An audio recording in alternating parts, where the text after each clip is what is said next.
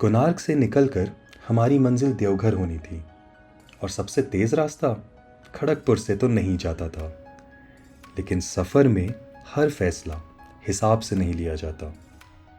कुछ रास्ते मंजिल नहीं लोग तय करते हैं, और उस दिन हमारा रास्ता हमें ले जा रहा था एक रहनुमा की तरफ।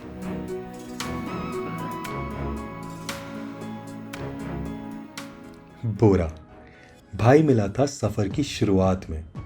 फ्रीडम राइड, बैंगलोर से दिल्ली का सफ़र, अपनी गर्लफ्रेंड को हमारी भाभी बनाने का सफ़र।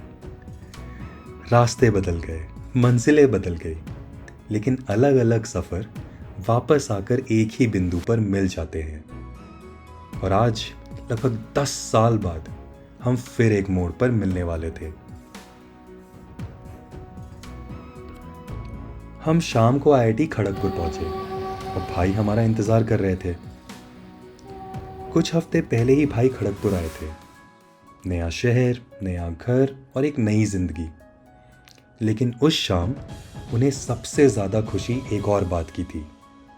भाई बार बार एक ही बात बोल रहे थे, ये कॉलेज लाइफ अपने बॉयज़ के साथ शेयर करनी थी। मज़ा ना आया तो क्या नाम है। और फिर क्या, हम निकल पड़े IIT खड़गपुर की सैर पर। अपनी नहीं, भाई की कॉलेज लाइफ थोड़ी सी जीने।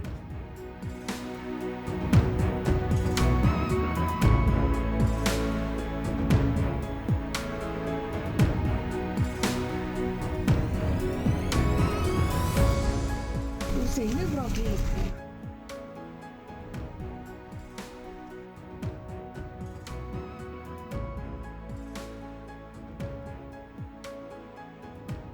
अब हम आ गए हैं अपने मेन कैंपस की तरफ। पेड़ देखो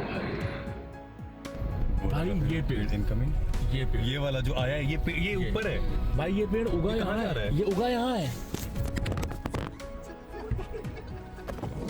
भाई तुम पकड़ो जरा फोन जरूरी है। ये पेड़ उगा यहाँ है कहाँ भाई, ये निकला उधर है, ये दिखेगा नहीं तुमको।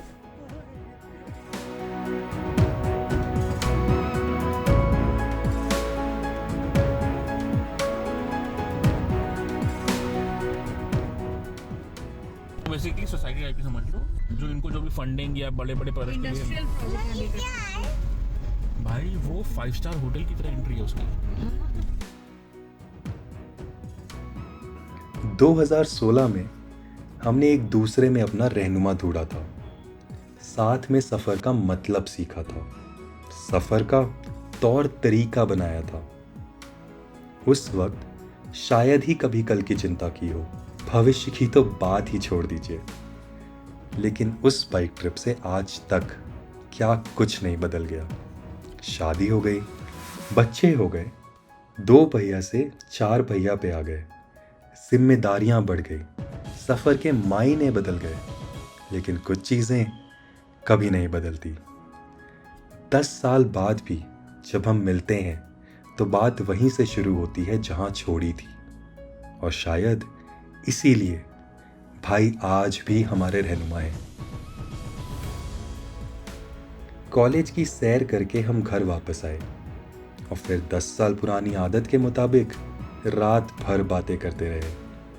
पुरानी, नई और कुछ ऐसी भी जो शायद अगली मुलाकात तक चलती रहेंगी। अगली सुबह भाभी जी हमारे उठने से बहुत पहले ही किचन में हमारे सफ़र के लिए खाना बना चुकी थी, और भाई सिम्मा के लिए ढेर सारे गिफ्ट्स पैक कर चुके थे। सिर्फ 12 घंटों में सिम्मा ने ताऊ, ताई और दीदी का इतना प्यार बटोर लिया था कि लग ही नहीं रहा था कि हम कल शाम ही मिले थे। लेकिन अब सफ़र फिर बुला रहा था। बोरा खड़गपुर में रह गया और हम अपनी मंजिल की तरफ निकल पड़े, इस उम्मीद में कि रहनुमा हमें फिर कभी एक ही रास्ते पर ले आएगा।